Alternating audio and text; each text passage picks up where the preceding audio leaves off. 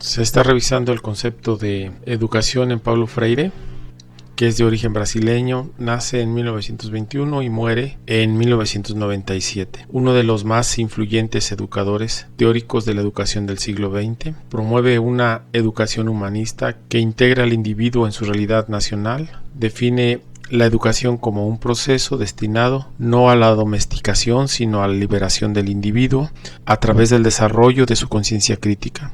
Se revisa la educación como práctica de la libertad en una sociedad cerrada como la brasileña. Para Freire, el concepto de las relaciones de la esfera puramente humana guarda en sí connotaciones de pluralidad, trascendencia, crítica, consecuencia y temporalidad. Las relaciones que el hombre traba en el mundo con el mundo presentan características que las diferencian claramente en meros contactos, típicos de la esfera animal. Para el hombre, el mundo es una realidad objetiva, independiente de él, posible de ser conocida. Sin embargo, es fundamental partir de la idea de que el hombre es un ser de relaciones y no solo de contactos. No solo está en el mundo, sino con el mundo, de su apertura a la realidad, de donde surge el ser de relaciones que es, resulta esto que llamamos estar con el mundo. El hombre, y solamente él, es capaz de trascender. Su trascendencia se acrecienta no solo en su cualidad espiritual, no es exclusivamente la transitividad de su conciencia lo que le permite autoobjetivarse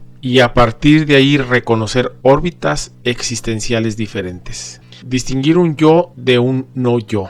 Su trascendencia se basa también en la raíz de su finitud, en la conciencia que tiene de esta finitud, del ser inacabado que es y cuya plenitud se halla en la unión con su creador. Unión que, por la propia esencia, jamás será de dominación o de domesticación, sino siempre de liberación. De ahí que la religión, que deriva de la palabra religare, encarna este sentido trascendental de las relaciones del hombre que jamás debe ser un instrumento de su alienación. Exactamente, por ser finito e indigente, tiene el hombre en la trascendencia por el amor la posibilidad de retornar a su fuente, que lo libera. En el acto de discernir por qué existe y no solo por qué vive, se halla la raíz del descubrimiento de su temporalidad, que comienza precisamente cuando, traspasando el tiempo en cierta forma, entonces unidimensional, comprende el ayer, reconoce el hoy y descubre el mañana. En la historia de su cultura, uno de los primeros discernimientos será el tiempo, el de la dimensionalidad del tiempo. Es la integración y no el acomodamiento al mundo y a la sociedad, lo que es propio de su actividad, de su órbita puramente humana. Cada vez que se le limita la libertad, se transforma en un ser meramente ajustado o acomodado. Es por eso por lo que minimizado y cercenado, acomodado a lo que se le imponga, sin el derecho a discutir, el hombre sacrifica inmediatamente su capacidad creadora. Mientras que el animal es esencialmente un ser acomodado y ajustado, el hombre es un ser integrado. Su gran lucha viene siendo, a través del tiempo, la de superar los factores que lo hacen acomodado o ajustado. Es la lucha por su humanización amenazada constantemente por la opresión que lo ahoga, casi siempre practicada, y eso es lo más doloroso, en nombre de su propia liberación. El hombre en una sociedad cerrada. La sociedad crece teniendo el centro de decisión en el exterior. Su economía fuera de ella, por eso mismo está guiada por un mercado externo. Es exportadora de materias primas, crece hacia afuera, es depredatoria. La sociedad refleja en su economía, en su cultura, una sociedad alienada, objeto y no sujeto de sí misma, sin pueblo, antidialogal.